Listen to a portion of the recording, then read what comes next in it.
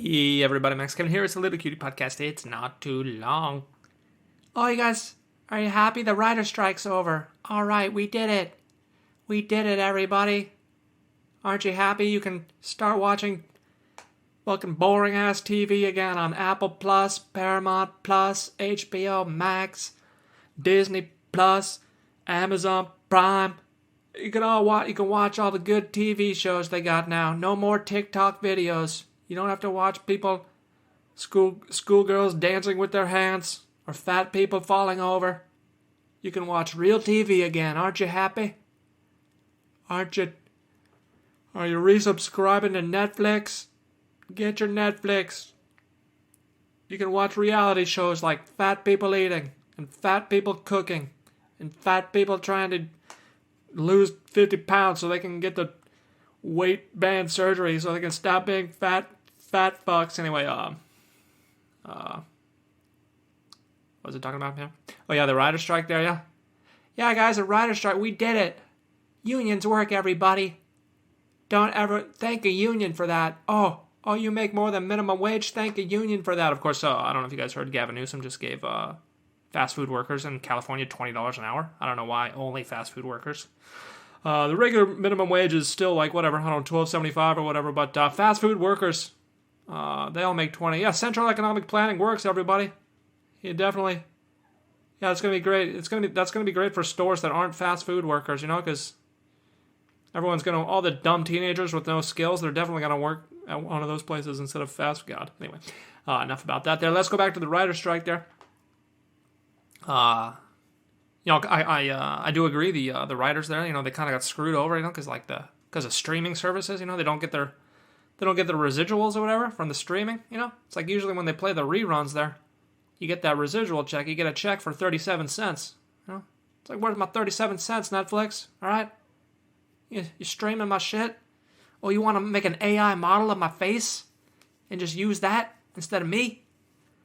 Oh, all right. Give me $200. Anyway, yeah. So I don't even know the details of it. I guess that was one of their complaints. There is they weren't getting residuals for streaming, and they wanted like minimum numbers of writers in the room there. I guess they were. I guess like the companies would just hire like part-time writers to write the. And I guess it shows. I guess it shows because all these shows are fucking terrible. All these TV shows are goddamn awful. It's like. Did the writer's strike? What I hope they got was like a provision where executives of the company have no artistic influence on the show. I think that would be the best. It's like each show must have a single creative vision that is done by one writer or a group of writers, and executives shall have no creative say over that artistic vision because they're all fucking retarded. I guess the last two words aren't legally binding, but I don't think that's going to change. I guess writers are going to get paid more, but all these dumb executives are going to be farting out their own ideas. It's like, that Cowboy Bebop, that beloved anime. How about we remake that, but let's change all the characters and let's change the storyline so the one that everyone loves. Let's change the characters completely. Or Watchmen. Watchmen, that comic that is considered one of the, maybe even the best comic of all time. Oh, let's make a TV series that's a sequel, and let's change all the themes and characters. 'Cause I know a lot better than Alan Moore. I'm a TV executive. I got this job by blowing some dude, and now I know a lot better about writing than Alan Moore. I'm gonna change all his characters. Anyway, I've been meaning to make this podcast for a while, but I've been a fat lazy fuck there, So of course I watched the last season of The Witcher. I don't know if you guys seen this season 3 of The Witcher. Of course, Henry Cavill decided to leave the show because it's a dumpster. The first season was all right. I remember watching the first season. I was thinking, well, yeah, it was good. It was good. Hopefully, they can make some changes. It could be great. It's good, not great. If they made a few little changes, they can make it great. So then season 2, they made some changes, but they made it in the other direction. So instead of becoming great, it just got worse. I was like, oh God, oh no, And then season 3 came and they made it even worse. They kept going in that same shit direction, and now it was just fucking terrible. It's like, oh god, oh no, they ruined it. They ruined the whole show. Oh god, why did they do that? Yeah. Okay, so this the penultimate episode, the second to last episode of season 3 of The Witcher. There, I don't know if it's I don't know if they had 9 episodes or 8 episodes or whatever, but the second to last episode there of The Witcher, the main character girl, Ciri. I don't know the name of the actress that plays her, but her eyes are definitely way too wide, just like the girl that plays the Little Mermaid. They both got that wide eye problem that one of my friends made fun of me for. He said I had it too. That wasn't very nice.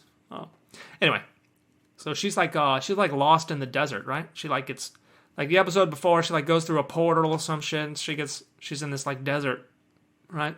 So she's like wandering around in the desert, and like this white horse like comes and meets her. I guess it's like a guardian horse or whatever, And well, that's good. Yeah, that's cool and all, and I don't really know what happened after that because I was extremely distracted by the white horse's giant dong. This bulbous horse penis just flopping around every time the horse is walking in the scene. It's like the girl's talking, right? She's like, "Oh, what am I gonna do? I'm in a desert. I'm the most powerful wizard lady in the whole world, but I don't know how to use my powers. And now I'm stuck in a desert with this giant horse dong. Maybe I'll just suck on this big white horse's dick. Holy shit, this fucking thing's flopping around in every scene." You got every scene in this episode. Like, you can't pay attention to anything because this goddamn horse dick is just flopping around everywhere. And it's the only thing you can look at that's on the screen. Like they do these, eye tracking, eye movement tracking things sometimes in movies, to see where the audience is looking. They do like these AI, the camera thing will like look at your eyes and see where on the screen you're looking, And I could not stop looking at that horse's floppy dong. Every scene. I guess this is why they don't use male horses very often. Because like now that I think about it, like any movie where I've seen a horse, like I don't know, I guess they would like hide it or like tie it up or something. But they just let this horse's big horse dick and balls just flop around and it's the only thing you can look at. My eyes were stuck to it. It's like, Jesus Christ, look at that huge dick. Look at that huge horse dick. Well, I guess if she dies alone in the desert, she'll just have one last nice fuck by this giant horse dick. I guess, Oh God. Anyway, the horse eventually disappears because I guess it was like a figment of her imagination, And so this whole episode, this girl is just like wandering around the desert, She's like wandering around. She's like, oh God, it's so hot, right? And then eventually she like stops wandering around, or like she passes out. And like wakes up and her skin's all burned, she's all sunburned, so she takes out like her lip balm. She has like this, I don't even know what it's supposed to, if it's lip balm or what, because she opens it up, right? And she starts like rubbing it on her lips there and her face where she got burned, and then she just starts eating it. She's like, oh God, this lip balm's so good. Let me put this in my mouth. Oh, I'm so hungry right now. I just want to eat this lip balm. Oh, and then she drops the lip balm, right? And then she drops it in the sand, okay? And then she starts wandering again. And I don't know why she ate her lip balm, but it might have been better to have that protect her skin. She's in the desert, So she's wandering around in the desert there, and then it comes like it's nighttime, and she's wandering around, and she finds the lip balm thing that she dropped in the sand. Like 12 hours earlier. She's been walking for 12 hours, and she finds her lip balm thing. So I'm thinking, okay, well this is like a fantasy, Is she not really in a desert? She's in like one of those loops, She's in like one of those magic spell loop things, right? Like it's not. That's the only logical answer there, right? And no, they wanted to show that she was not stuck in a loop thing. She just wandered in a circle, and found her way back to the exact same spot 12 hours later. Now, I'm not a Hollywood writer. I'm not part of the SAG-AFTRA union there. But if someone ever wrote that in a script, I'd be like, what the fuck is wrong with you? Are you fucking retarded? What fucking kind of chance could ever happen for someone to wander in the desert for 12 hours and come back to the exact same spot? That is not fucking... It doesn't matter if they're wandering in a circle. the chances of them not, finding an oasis are much higher than coming back to the exact fucking spot they were at 12 hours. I mean, how fucking, all you gotta do is follow the same direction of the sun, The sun sets in the west, right? You just follow that. How do you walk in a circle for 12 hours? Anyway, I guess I guess it's the same logic of the guy who chose to have her eat her lip balm there, And then, of course, the whole rest of the episode, she's just like, oh, I'm so hungry. I need food. I've been in the desert for 1 day. Oh, I'm so hungry. She never says she wants water. And she finds some berries or whatever. She's like, oh, God, I'm so hungry. I got to eat these berries. It's been 1 day. 1 day in the desert, so hot that it burned all my skin off, but I don't even care about water. Who needs water? I need food. I'm a hungry bitch. And then she gets kidnapped, or she eventually finds some I don't know, desert thieves or whatever, and they find her body or whatever. She passes out and they bring her back to their little encampment or whatever, or it's inside of an inn, and they tie her up and she's like, what are you gonna give me? Some food. I need some food. And it's like, lady, you've been out in the desert for 3 days and you're whining about food? Not water? You don't need to drink anything? Ah, Jesus Christ. Who fucking wrote this shit? What? I just can't imagine how that script got written about someone complaining about food in the desert and eating their lip balm and and it coming back to the same spot 12 hours and the horse dong, big floppy horse penis. Who wrote this shit? Jesus Christ. Anyway, great show, Witcher 3, check it out, yeah. Season 3. Yeah, that was another thing too, like Henry Cavill there, they at the last episode they introduced this archer chick, this Asian archer lady chick. Yeah, every single female character in that show is fucking badass. They all know how to kick ass and fight. And no, you better not. There's no weak female characters at all. There's a lot of weak male characters and no weak female characters.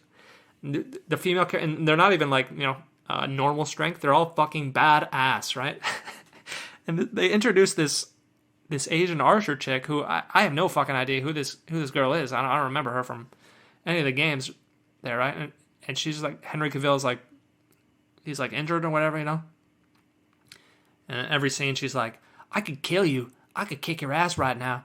And they do their training, and she shoots an arrow past her head and she's like, there, see that? I could have just killed you. And then some guys, I don't know, I think some guys come to fight them. I can't even remember if this really happened or if this is just my dream or, a fever dream that I had where some bad guys actually do come to fight, and Henry Cavill starts, as the Witcher, he starts kicking their asses, and then one of them is about to hit him, but then the bow and arrow girl shoots the bad guy, and she's like, I just saved your ass. I'm fucking badass. Look at me. I'm a strong Asian woman, all right? You're the main character, but look at me fucking save your ass. Anyway, yeah, it's just so bad. Oh, God. Yeah, okay, and then there's one more scene. There's one more scene where the magicians, the mages guild or whatever, the mages tower there is under attack by this other mage group or whatever. I can't even, the storyline, I don't know. I can't even remember any of this shit, but it's under attack right there. And then the main mage lady, who's the mentor for the one of the main characters there, she's watching, she's looking around, watching everybody die, watching all of her mage friends die, and she's like, this is it. I'm gonna do it.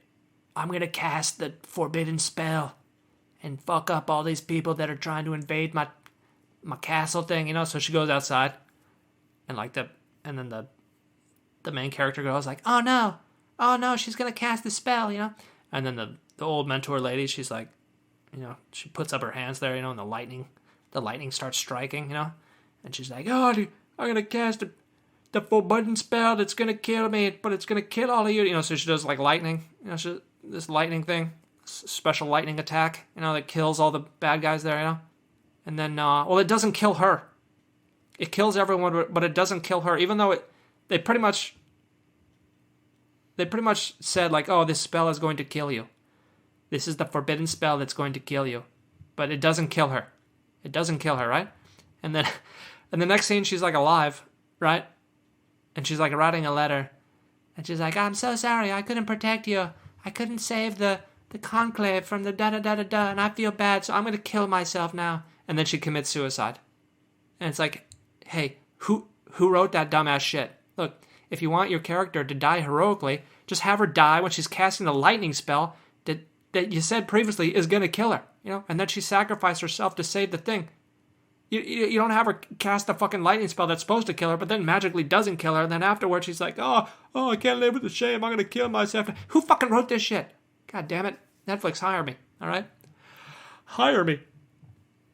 I'll make sure you don't. I won't actually write anything. I'll just read all your scripts, and whenever something fucking retarded comes up, I'll be, hey, don't be such a fucking idiot. God damn it. That'll be $100. I think that'll be that's a good job. I think I could do that. I could go around and not just Netflix and movies, just anyone. If anyone wants to pay me $100, I'll tell you. I'll just say, don't be a fucking idiot, and then you can give me that $100. Give me that on Venmo, PayPal, whatever, dude. Don't be a fucking idiot. Give me $100. All right. Anyway, thanks for listening. I'll see you tomorrow.